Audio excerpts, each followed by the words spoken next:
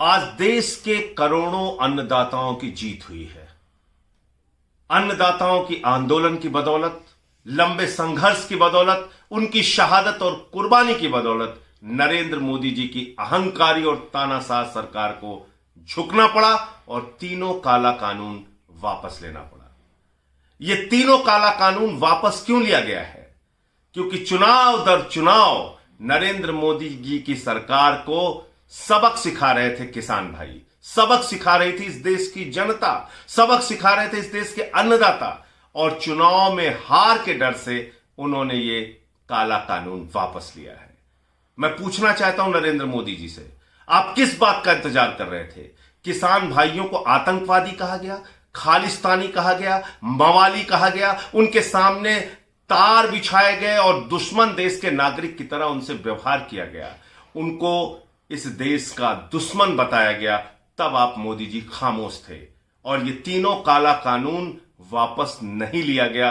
750 किसानों ने अपनी शहादत दी, कुर्बानी दी, ये काला कानून वापस नहीं लिया गया। एक लंबे संघर्ष, आजादी के बाद सबसे बड़ा किसानों का आंदोलन, 1 साल तक किसान भाई सड़क पर रहे, ठंड हो, गर्मी हो, बरसात हो, उन्होंने तमाम यातनाएं झेली। उनके ऊपर आंसू गैस के गोले छोड़े गए, उनके ऊपर लाठियां बरसाई गई, उनका खून सड़कों पर बहाया गया और उनको कुचल कर आपके मंत्री की गाड़ी ने मार दिया। तब आप खामोश रहे।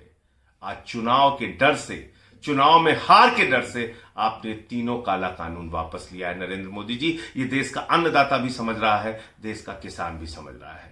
सड़क से संसद तक आम आदमी पार्टी किसान भाइयों के साथ थी, है और रहेगी। जब ये काला कानून संसद में आया था, उस वक्त मुझे मार्शल से घसीट कर संसद से बाहर किया गया था, मुझे निलंबित भी किया गया था। हमारे साथी सांसद आम आदमी पार्टी के जो थे, उनको भी निलंबित किया गया था, विपक्ष के सांसदों को अपमानित किया गया था। लेकिन हमारी एक ही आवाज थी, ये काला कानून वापस लो, ये काला कानून इस देश में लागू नहीं होना चाहिए।